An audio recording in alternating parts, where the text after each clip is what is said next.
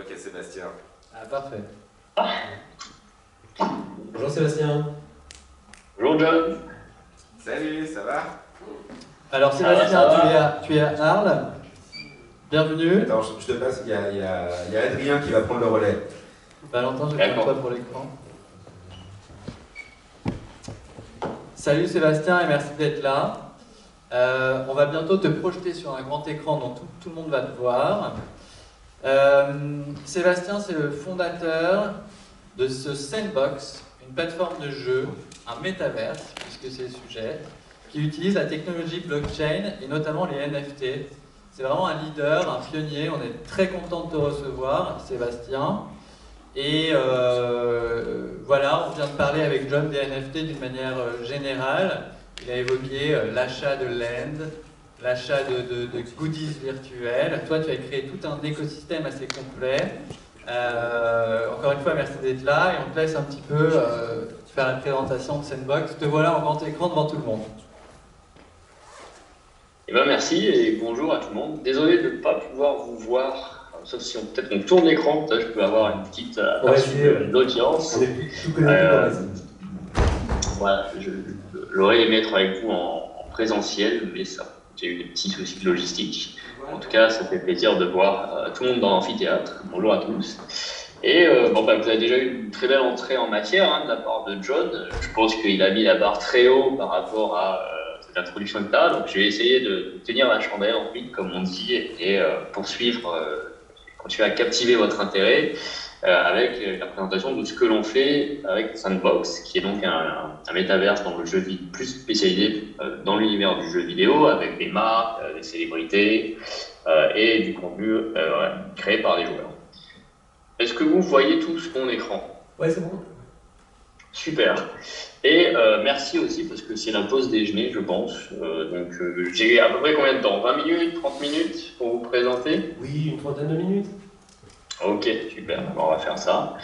Donc voilà, nous, ce qu'on construit avec le Sandbox, c'est un métaverse ouvert qui utilise une technologie, les NFT et la blockchain, pour permettre aux utilisateurs de jouer, de créer, de posséder les contenus numériques, les assets qu'ils vont créer et de gouverner ce monde virtuel. La notion de métaverse, pour nous, la définition de métaverse, elle est assez simple, c'est la suivante. Elle est inspirée un peu de la science fiction, notamment du livre Snow Crash, qui a rendu un peu le concept plus populaire, et du film Ready Player One, un peu dans l'imaginaire du grand public, qui consiste en fait à dire que nous, êtres humains, allons pouvoir participer à toutes sortes d'expériences dans des univers digitaux parallèles par le biais d'un avatar qui va être une représentation en 3D de nous-mêmes. Et avec cet avatar, on va pouvoir effectivement jouer, travailler et faire toutes sortes d'activités, que ce soit des événements sociaux, etc., qu'on va pouvoir le voir aujourd'hui.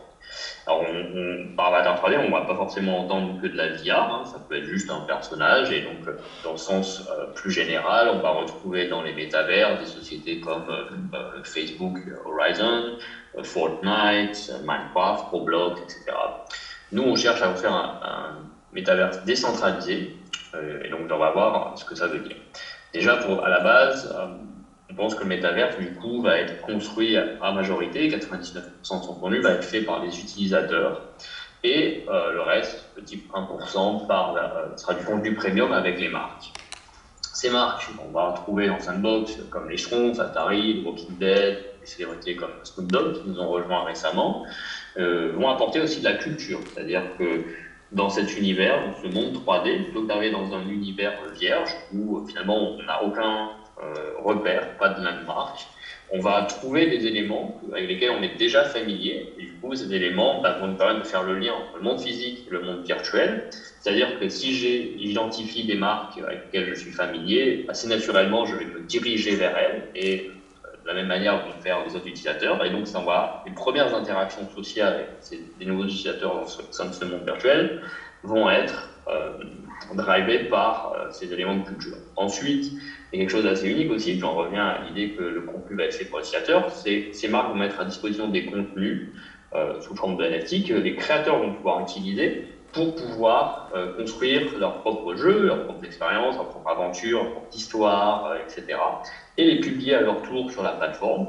Et donc augmenter, enrichir progressivement cet univers avec leur propre contenu qu'ils vont aussi pouvoir monétiser, ce qui est quelque chose qu'ils ne peuvent actuellement pas forcément faire d'ailleurs soit dans le numérique, soit dans le physique. Vous ne pouvez pas prendre des personnages Walking Dead, créer votre propre série et la monétiser.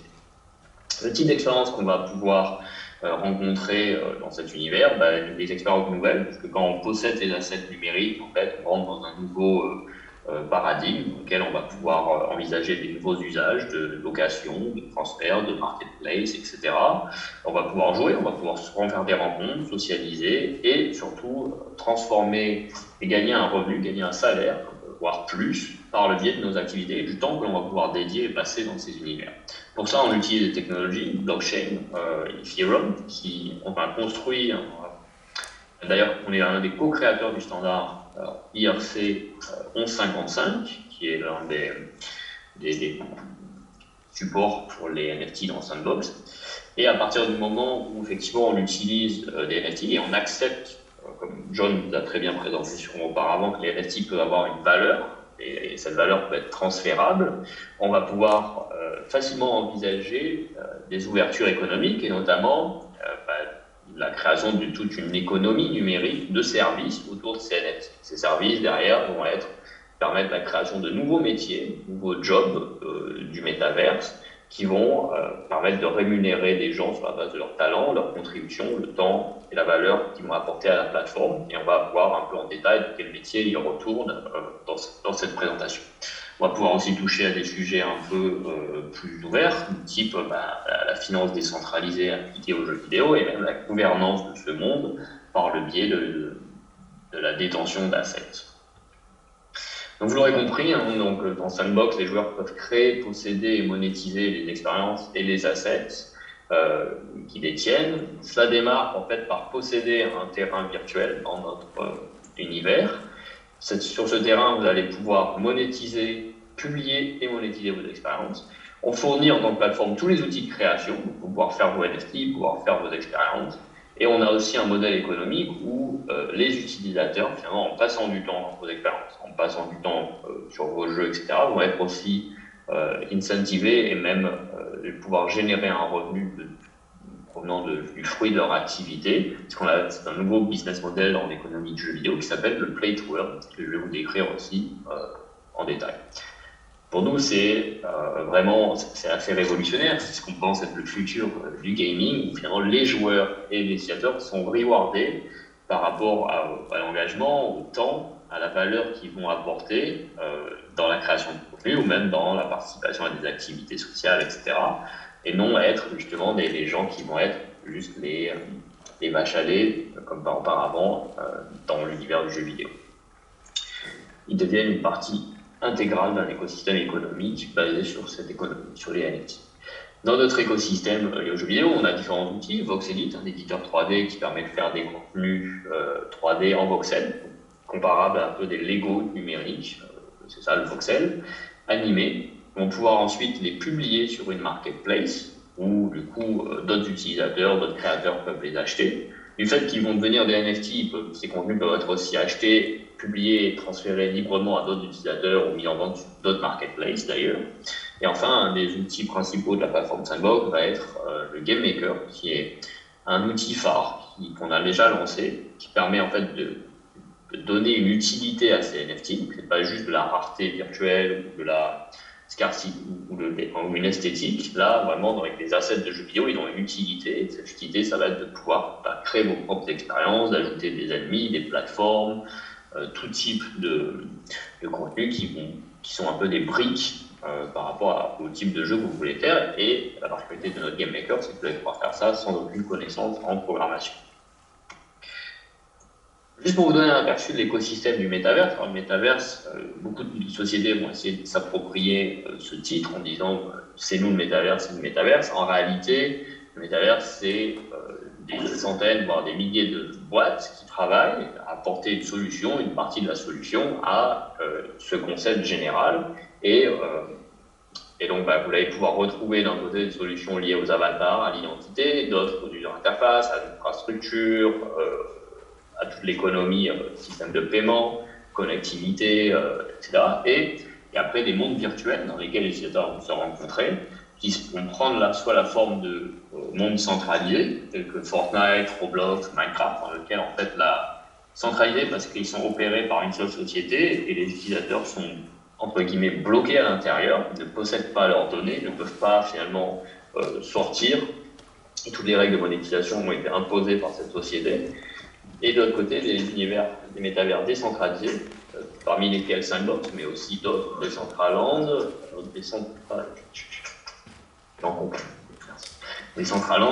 CryptoVoxels, Somnium Space, Upland, etc., qui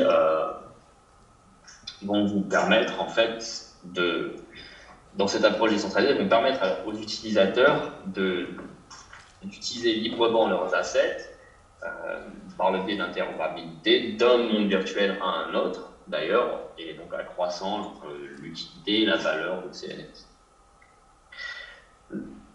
Sandbox, ça fait effectivement, comme tu le disais très justement, Fabien, ça fait plus de 4 ans, on est l'un des pionniers dans cet univers.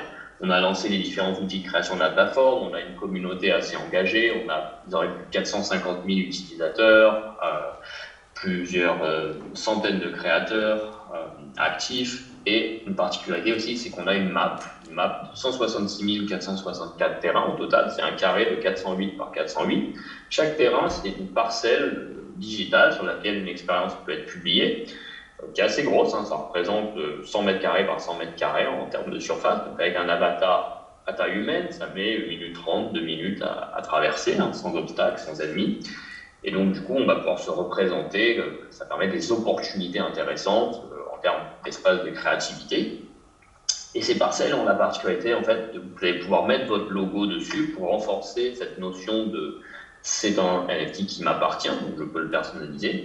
Dans ce monde virtuel, on a vendu à peu près 60% des terrains successivement. Chaque mois, on a introduit ce qu'on appelle des vagues de sales de NFT, où on a débloqué des portions différentes de la map. On a annoncé des nouveaux partenaires, dont vous pouvez voir les logos, et du coup, les gens ont pu devenir détenteurs de terrains virtuels et devenir des voisins virtuels dans ce métavers de certaines marques, comme ici vous voyez Atari, Roller Coaster Tycoon, etc. L'une des forces de Sandbox, c'est d'avoir aussi donc un monde décentralisé où même la valeur qui est créée n'est pas centralisée, puisque cette map évolue tout le temps. Vous ne savez pas qui va être le prochain partenaire placé ici ou là. Chaque coin de la map va toujours avoir différents centres d'intérêt qui vont être autour de la musique, de la mode, du sport et bien sûr du jeu vidéo. On a plus de 12 000 landowners, donc il y a une communauté assez active et je pense qu'on est le monde virtuel le plus décentralisé à ce jour, avec 12 000 utilisateurs qui détiennent un land et donc vont potentiellement se mettre à construire, utiliser les outils de création pour publier des expériences qui, lorsqu'ils vont les ouvrir, vont attirer d'autres joueurs, d'autres utilisateurs dans ce monde pour en bénéficier. Un des autres forces et différenciateurs de Sandbox, ça va être l'utilisation des marques. Mon background, je suis entrepreneur depuis 14 ans, j'ai passé 10 ans dans le jeu vidéo, ça fait déjà 10 ans auparavant qu'on avait travaillé avec différentes licences comme Snoopy, la famille Adams, etc. au sein de nos jeux.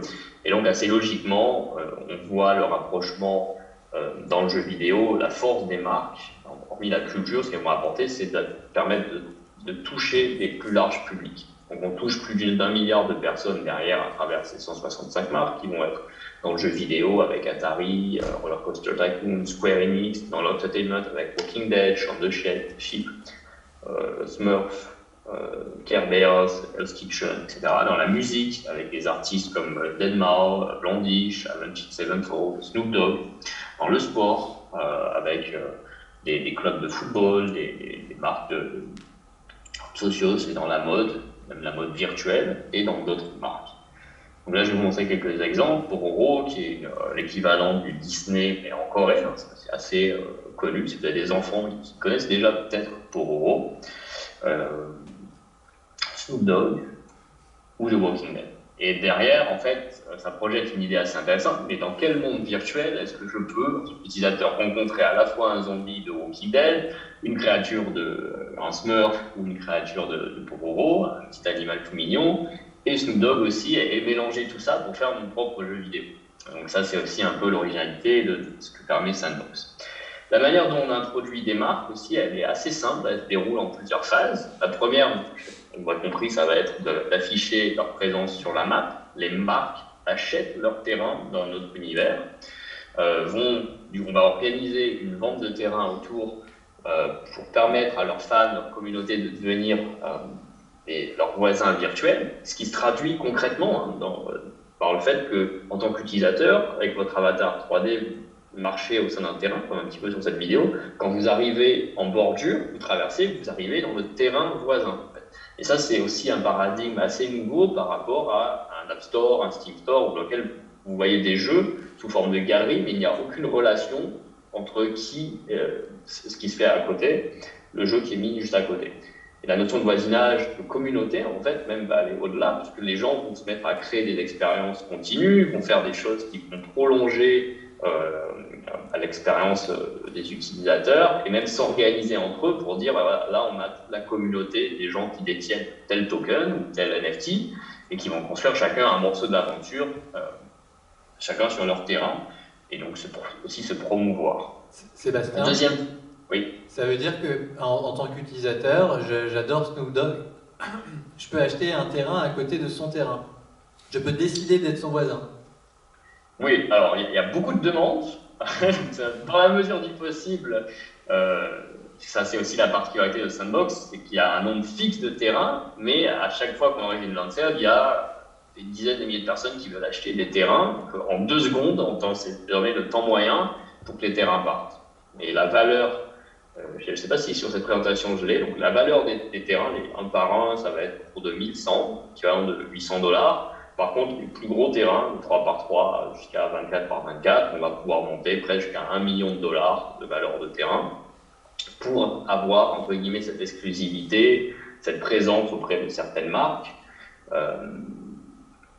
et pouvoir l'exploiter derrière, comme un peu si on se lançait dans un New York virtuel, ou un Paris virtuel, etc. Mais oui, en fait, il n'y a pas de barrière à l'entrée. En fait, c'est vraiment du coup en fonction de la chance, la vitesse à laquelle des utilisateurs arrivent à être des voisins de plein de célébrités comme ça. La deuxième phase va être d'introduire des contenus, des NFT qui sont des assets de jeu avec une utilité, des personnages, des ennemis, des décorations, etc. Qui vont permettre aux utilisateurs de créer leurs propres histoires avec la licence avant même le lancement du jeu officiel ou de l'expérience officielle de la marque. Ça s'y viendra en 3e partie. Donc la marque, avant même qu'elle arrive et qu'elle offre une performance, un show, un concert ou un jeu, il y aura déjà du contenu fait par les utilisateurs présents sur cette map qui viennent renforcer. Je sais pas si ça va bien lire. J'ai 4 petits teasers qui montrent un peu la variété. Donc cet aspect voxel rend aussi finalement original l'apparence est désormais assez reconnaissable dans Sandbox. On n'est pas comme Roblox, on n'est pas comme Minecraft. Sandbox a de plus en plus son identité graphique propre. Notre map nous distingue fortement. Et en voyant ces vidéos, je pense que vous projetez assez bien les possibilités déjà. En fait. Donc, vous voyez le travail qui a été fait sur les contrôles, l'ergonomie, la caméra, les effets visuels, etc., comme dans un vrai jeu vidéo. Le phénomène lié autour des terrains virtuels, c'est un phénomène qui a désormais une ampleur mondiale. On est dans les news, que ce soit aux États-Unis, en Corée, en Chine, au Japon, et en France évidemment. Certains terrains, comme je vous le disais, ont vu leur valeur monter rapidement, avec les terrains les plus... je ne sais pas si c'est encore à jour, mais le terrain le plus cher, j'ai noté, était à 3,6 millions de Sing, c'est ce 24 par 24. Au jour d'aujourd'hui, il vaudrait 2,5 millions de dollars. Et il a été racheté à la moitié de son prix 6 mois auparavant, pour montrer un peu la demande aussi. Et du coup, Ça veut dire qu'il y a aussi une vraie appétence de la part de studios et de grandes sociétés à rentrer dans cet univers. On n'oublie pas à nouveau de revenir sur la communauté d'abord et l'UGC, donc on soutient avant tout les créateurs. Le but de notre plateforme, finalement, c'est que les créateurs ont du succès. Le succès de ces créateurs va continuer à promouvoir l'écosystème et attirer de plus en plus de créateurs et de joueurs. Donc pour ça, on soutient par le biais de notre fondation plus de 50 studios. On a ouvert la marketplace à un certain nombre d'artistes whitelistés qui ont gagné 1,3 million de cents déjà et conservent, le fait qu'on est décentralisé, 95% du revenu par rapport à tout contenu qu'ils créent et mettent en vente sur la marketplace. Nous, on ne prend que 5% de transaction fee lorsque deux utilisateurs s'échangent des comptes. Donc, Sébastien, un NFT artiste, qu'est-ce que c'est exactement? Alors, on va y venir un peu dans les différents métiers. Artiste, ça va plutôt recouvrir la création des assets 3D sous Voxedit qui vont servir à peupler ces expériences. Donc, si par exemple, je disparais un petit peu, on peut voir derrière moi normalement des personnages. Les artistes vont créer ces personnages. Mais il va y avoir un grand nombre de métiers derrière. Les gens qui vont créer les environnements, l'architecture, le gameplay, etc. Et en allant encore plus loin, on va chercher des gens qui vont être capables d'animer, de créer des expériences vraiment diverses et variées, qui peuvent être des concerts, des clubs, des sets de DJ, des mariages, des rues animées, des soirées dans votre maison, des musées et galeries d'art virtuel, des fashion shows, des theme parks, des cabarets, du streaming, des talk shows, etc. Et tout ça, derrière, monétisable par le biais de ce qu'on appelle des systèmes de pass et de reward et de tickets, en fait. En fonction, vous allez pouvoir vendre des tickets d'accès à certaines des expériences, vous allez pouvoir vendre des contenus, bien sûr, aussi, qui vous utilisez pour créer cette expérience, afin que d'autres créateurs les réutilisent, et les tickets, afin de proposer des rewards exclusifs à votre communauté de fans, etc. Alors, on va rentrer un petit peu en détail, c'est un peu le sujet normalement de ce talk, c'est de vous montrer en fait qu'est-ce que cette nouvelle économie numérique liée au NFT va permettre, tout au sein d'un Metaverse comme Sandbox. Ça va permettre la création pour nous de milliers et milliers de nouveaux jobs, parce qu'en fait, tout est à construire dans ce nouvel univers virtuel. Et on parle de choses très concrètes. On ne parle pas de possibilités dans le futur très théoriques. Quelque chose, donc je vais vous énumérer un petit peu ces différents métiers. Et ce que j'aimerais renforcer, c'est qu'il y a déjà des centaines, voire des milliers, j'ai un peu perdu le compte, de personnes dont la vie a été complètement transformée. Ils ont quitté leur précédent job et désormais ils vivent pleinement des revenus qu'ils génèrent par le biais de ces activités dans Sandbox.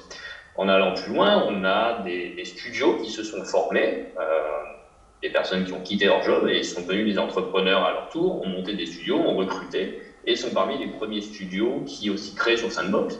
Et d'ailleurs, avec John, qui hostait un événement il y a 2 semaines, un de ces studios présentait un peu le fruit de leur travail et leur équipe. C'est quelque chose d'assez international, d'ailleurs aussi, ça va concerner autant la Corée, le Japon, la France, les États-Unis, le Canada, le Brésil, Taïwan. Notre communauté est très globale en fait, et pas uniquement, comme parfois on peut l'entendre, le Play to Earn et le Metaverse, ça va être que les pays un peu tiers-monde dévalorisés, Philippines, Indonésie. Est-ce que ça nous intéresse vraiment nous en France? Non. Les revenus et les salaires qui peuvent être dégagés de ces activités vont très largement intéresser des pays comme la France, les États-Unis, etc. Donc, parmi ces différents jobs, on va pouvoir compter les architectes, les gens qui vont un peu créer les environnements extérieurs et intérieurs et donner forme à ces terrains, même pouvoir placer des bâtiments, des buildings qui vont générer du trafic, créer des lieux, des points de rencontre, etc. par rapport aux avatars. Des game designers qui, eux, vont apporter plus de logique, de gamification à ces environnements, vont créer des quêtes, vont placer des ennemis, etc. Des fashion designers, donc ça aussi, dans un monde, dans un métaverse décentralisé, et surtout dans Sandbox, en fait, nous, on pousse l'idée que les utilisateurs soient détenteurs de leur monnaie, le SIN, soient détenteurs de leurs assets numériques, sous forme de NFT, et soient détenteurs de leur identité par le biais d'un avatar qui sera aussi un NFT. tout ça, donc c'est-à-dire que finalement ils peuvent être les utiliser ailleurs par le biais de l'interopérabilité, etc. Et du coup, si votre identité c'est un avatar, vous allez vouloir très souvent que cet avatar soit unique dans son apparence, parce que vous ne voulez pas ressembler à 100 000 autres personnes dans ce monde, vous voulez pouvoir vous distinguer. Et c'est vrai, en fait, les premiers contacts sociaux dans les mondes virtuels vont se faire principalement sur deux choses, vos apparences, et deuxièmement sur les NFT que vous avez dans votre wallet, qui vont définir un peu votre culture, les communautés auxquelles vous appartenez, de quel projet vous êtes fan, vous étiez là à quel moment parce que vous avez pu acheter un NFT de tel artiste en 2018, etc. Donc, on peut aller assez loin dans le concept d'identité par le biais d'avatars. Les designers de shows virtuels, les personnes qui vont aider à créer des concerts, des animations à l'intérieur des landes, parce qu'il ne s'agit pas juste de lancer un land et voilà, en fait c'est un lieu de vie en Inde, il va falloir l'animer, il va falloir le mettre à jour régulièrement, créer des événements, c'est la même chose qu'un parc d'attractions, un centre commercial, etc. Des designers de maison, à partir du moment où vous passez la majorité de votre temps à jouer, travailler, dégager un revenu dans un monde virtuel, vous allez peut-être pouvoir avoir votre propre maison pour laquelle votre avatar va accueillir vos amis, faire d'autres événements, etc. Du coup, qui dit maison dit aussi décorateur d'intérieur pour créer des ambiances, etc. On peut gagner combien avec ce type de métier? Non, je sais pas, par curiosité, quoi. Quel genre de fonction? Donc ça j'ai pas les chiffres en personne. Finalement, il faudrait interviewer un peu des membres de la communauté pour savoir. Mais certains ont réussi à finalement monter des sociétés et recruter 4, 6, 10, 20 personnes désormais. Donc je présume qu'ils arrivent à tirer un revenu suffisant pour ça.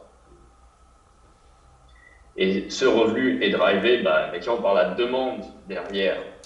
Puisqu'on a 12 000 personnes qui détiennent des langues, qui n'ont pas forcément les compétences elles-mêmes pour développer le contenu de ces langues, il existe un marché déjà très mal desservi. Donc ça, c'est l'une de nos missions, c'est créer un écosystème avec de plus en plus de gens qui vont avoir des compétences pour adresser ce marché.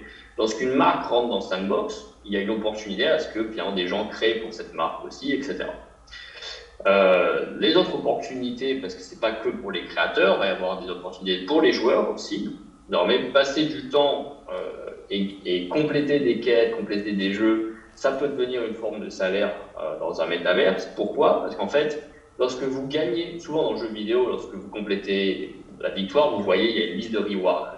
À la fin, vous avez gagné de la monnaie, vous avez gagné des items, ils vont dans votre inventaire. Sauf que là, ce sont des NFT, ils vous appartiennent, ils peuvent être vendus sur une marketplace. S'ils peuvent être vendus sur une marketplace, vous pouvez convertir leur valeur vers une autre crypto-monnaie ou vers de l'euro. Et quand vous jouez 1 heure, vous gagnez une épée d'or de 100 copies dans le monde, et que la valeur de cette épée d'or c'est 100 €, vous venez de gagner 100 € de l'heure, typiquement. Et donc en allant un peu plus loin, les gens vont se mettre à optimiser leur temps et à se mettre à collectionner des contenus et à les revendre pour dégager, optimiser leurs propres revenus derrière. Et ce qui est intéressant et nouveau dans cet univers de tout gamer peut tirer un revenu, c'est que ce n'est pas forcément ultra compétitif comme l'e-sport. Ce n'est pas le meilleur au monde qui gagne le prix de la compétition et tous les autres n'ont pas de prix. Là, finalement, en ayant passé quelques heures par jour dans cet univers à socialiser, à faire des jeux, vous pouvez convertir et gagner un revenu. Ce qui derrière va pousser vers potentiellement, et c'est quelque chose qui n'est pas nouveau, ça fait 25 ans dans les MMORPG comme Second Life, World of Warcraft, RuneScape, etc., qui a des resource collectors and farmers et des auction houses derrière, sauf que tout était centralisé et les opérateurs de ces plateformes ne permettaient pas aux utilisateurs de les vendre ailleurs. Ils ont fixé un peu de manière assez forcée les prix. Désormais, la demande de ces items va venir vraiment de la demande du marché en fait, et les prix vont être fixés librement en fonction de ça. On va aller encore plus loin et les joueurs vont pouvoir s'organiser en guildes avec des guild managers qui vont coacher les joueurs, qui vont optimiser les gains, qui vont permettre finalement aussi peut-être de mettre à disposition un certain nombre d'assets NFT pour que en tant que joueur finalement j'ai pas besoin d'acheter l'épée d'or pour commencer à jouer, mais en ayant cette épée d'or, je vais gagner 3 fois plus vite du contenu que sans, donc ça m'aide. Et en même temps, je vais reverser une partie des revenus que j'ai reçus à la personne qui m'a prêté cette épée d'or. Et les guildes, ça existe. Il y en a plusieurs qui se sont lancés. Il y en a une qui s'appelle YGG, Guild Gaming, qui est une des principales et qui a une capacité désormais à amener des millions de joueurs sur Play to Earn. Ils ont des centaines de guildes et ils ont levé avec Andreessen Horowitz et ils ne sont pas les seuls, il y en a plusieurs derrière. Donc le phénomène vraiment prend de l'ampleur partout dans le monde et à travers plusieurs jeux. Derrière, en allant un peu plus vite sur la présentation, parce que je ne sais pas si j'ai encore beaucoup de temps. 30 minutes, Sébastien. Ouais, ok. On va pouvoir aussi trouver pas mal de métiers liés à la découverte de contenu, des tour guides virtuels qui vont vous présenter certains landes, des curators qui vont vous dire finalement si vous avez que 1, 2 heures ou 3 heures à passer par jour dans un monde virtuel, vous n'allez pas pouvoir explorer 166 464 landes. Une sélection, quels sont les meilleurs contenus aujourd'hui, là vous avez plus de chances de gagner des items qui vous rapportent de l'argent. Tout ça, ça peut être le métier de curators, des hosts qui vont être là pour vous accueillir dans certaines expériences et du coup peuvent être rémunérés, hein, comme des animateurs, etc. On va avoir tous les métiers liés aussi aux transactions et au commerce. Donc l'un-honneur, vous pouvez le louer, donc en générer un revenu. Vous pouvez être un broker qui va faciliter l'achat et la revente de landes. Si finalement, il y a quelqu'un qui veut être absolument le voisin virtuel de Snoop Dogg, mais il n'a pas eu la chance d'acheter ce terrain, peut-être qu'il y a quelqu'un qui est prêt à le vendre. Et donc du coup, en tant qu'entremetteur, comme une agence immobilière, ça existe. Ça marche bien. Des utilisateurs qui vont être plutôt spécialisés dans la revente de NFT. Vous pouvez forcément, un créateur de contenu, un artiste peut être très talentueux, mais pas forcément le meilleur vendeur. Comment il met en avant ce contenu au sein d'un jeu vidéo. La particularité de Sandbox, c'est que les NFT sont mis en valeur dans des expériences gamifiées. Ils ne sont pas juste statiques, comme ça, mais vous allez pouvoir aller voir les ennemis, les boss, leurs animations, etc. Donc, une personne qui va bien les mettre en avant, créer une expérience intéressante, pour pouvoir vous aider à vendre vos propres contenus. Et après, en allant un peu plus loin aussi, des personnes qui vont animer des communautés de coaching, de yoga, de musique, de thérapie, d'événements virtuels, de job fair, de dating fair, etc. Comme on peut le voir déjà dans d'autres réseaux sociaux comme Zepeto, etc. Voilà. Dernier point pour insister sur pourquoi on est un métaverse ouvert, dans le sens où non seulement on permet de créer des NFT dans Sandbox, les utiliser dans Sandbox et le Game Maker, ou les utiliser ailleurs d'ailleurs, grâce à un habité, mais aussi nous-mêmes parce qu'on veut pouvoir accueillir n'importe quel autre NFT dans l'écosystème NFT global et leur donner vie dans Sandbox. Donc, par exemple, tout à l'heure, John vous a sûrement parlé des avatars ou de l'art. En fait, pouvoir afficher l'art dans Sandbox et le gamifier, pouvoir afficher un avatar qui, au lieu d'être juste une image 2D statique, va se transformer en un personnage 3D animé avec lequel vous allez pouvoir jouer, sauter, courir, combattre, etc.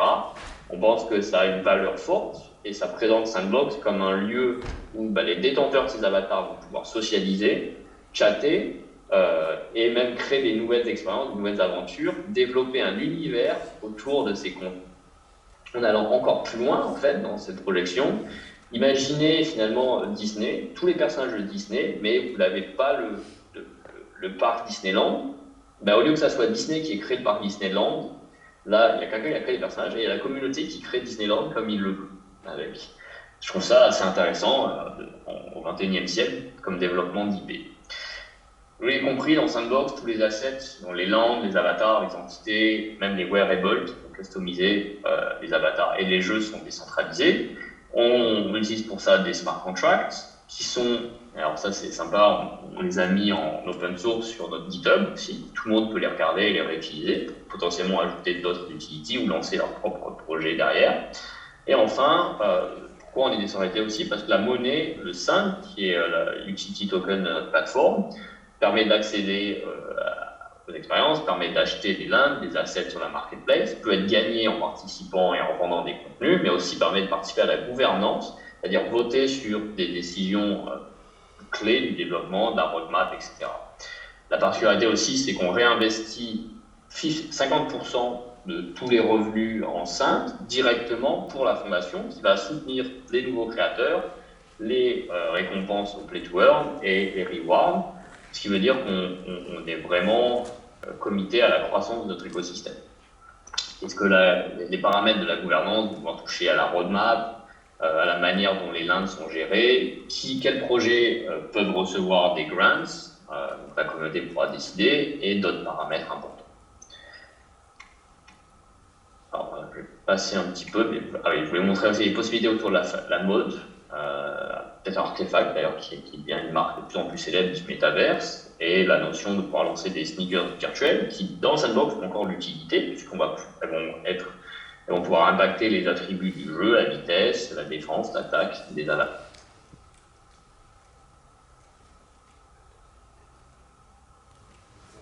On a perdu le son, Sébastien. On t'entend plus, Sébastien. Je sais pas si t'es en mute. Non. Sébastien, on a perdu le son. C'est pas nous qui t'avons coupé. C'est promis. On a pas manipulation.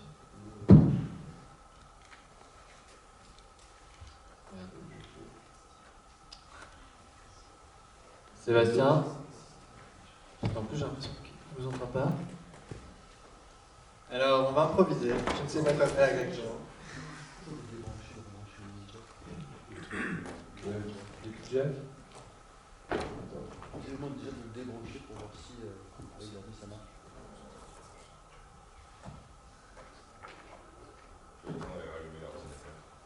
Ah ouais. Sébastien, on va peut-être. Ah non. C'est bon, je vous entends. Ça y est, on t'a trouvé. Hmm. Tu nous entends aussi ? Ouais. Ok, super. Ah cool. Merci. Bah, écoute, je crois qu'on était de toute façon arrivé à la fin de la présentation. Je trouve ça complètement hallucinant. Je suis un petit peu abasourdi. Je pense que je ne suis pas le seul. Beaucoup de nouvelles notions. Peut-être on va tous aller déjeuner. Je ne vais pas prendre trop de ton temps non plus, Sébastien. Peut-être s'il y a une question, il y a un point en particulier que quelqu'un veut soulever. Oui. Je me déplace. En fait, beaucoup de ces pratiques étaient déjà là avec Second Life. Oui. Est-ce que c'est le résultat d'évolution de Second Life? Parce que les LAN, c'était des domaines, je veux dire, ceux qui ont commencé l'Internet à la fin des années 90, on a quand même vécu ce boom avec Second Life, avec tout ce qu'il allait autour. Avec pas un résultat très satisfaisant. Peut-être il n'y avait pas blockchain, il n'y avait peut-être pas une façon de rémunérer les gens avec les bitcoins, parce qu'il n'y en avait pas. Mais est-ce que c'est ça en fait? Est-ce que c'est juste l'évolution de ça? Sébastien, tu peux peut-être parler des différences ou des évolutions entre Sandbox et Second Life, à ton avis? Qu'est-ce qui distingue les deux mondes virtuels? Second Life, ouais. Alors, Second Life, en fait, c'est l'un des pionniers. Ils ont effectivement aussi des terrains virtuels, une économie en place avec une monnaie, une grande communauté. Et ils continuent à croître. Je parlais d'ailleurs récemment avec leur CEO. Ce qui est assez... la différence principale, c'est que Second Life est un monde virtuel centralisé où la monnaie est... le taux d'échange de la monnaie est défini par cette société. Les utilisateurs ne peuvent pas transférer leur LAN, leur détention de leurs assets numériques, leur création en dehors. Ils ne les possèdent pas vraiment, en fait. Et typiquement, ce qui se retrouve, c'est dans cette notion que finalement, il n'y a pas un grand écosystème autour de Second Life, puisque Second Life doit opérer tout seul. Il n'y a pas d'autre moyen, en tant que créateur, de monétiser que sur Second Life. Second Life définit le taux d'échange de la monnaie entre ce qu'un utilisateur peut payer reçoit et ce que vous recevez, en fait. Il y a un contrôle complet. Si jamais il décide un jour de diviser par deux, sans aucune raison, vous ne pouvez rien y faire. Si jamais vous quittez le jeu, en fait, vous ne pouvez pas récupérer vos créations, vous ne pouvez pas récupérer votre monnaie virtuelle. Donc en fait, ils avaient à la base un grand nombre de ces concepts qu'on voulait, mais la décentralisation n'existait pas encore. Et du coup, ils n'ont pas pu mettre en place, grâce au NFT et grâce à la blockchain, finalement, ces avantages principaux pour les utilisateurs. Merci Sébastien. On prend une autre question?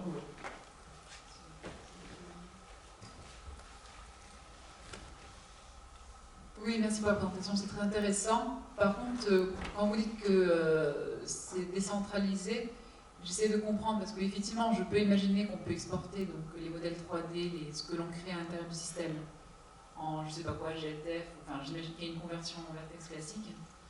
Mais à l'inverse, quand on veut importer quelque chose qui a été fabriqué en dehors de Sandbox, en fait, enfin, je vois mal. J'ai l'impression qu'on serait obligé en fait de faire appel à des artistes pour qu'ils reconstruisent la ressource à l'intérieur de Sandbox. Donc j'ai envie de dire c'est décentralisé, mais on a l'impression que c'est décentralisé à sens unique, c'est-à-dire en exportation, mais peut-être pas forcément en importation. Tu as entendu, Sébastien?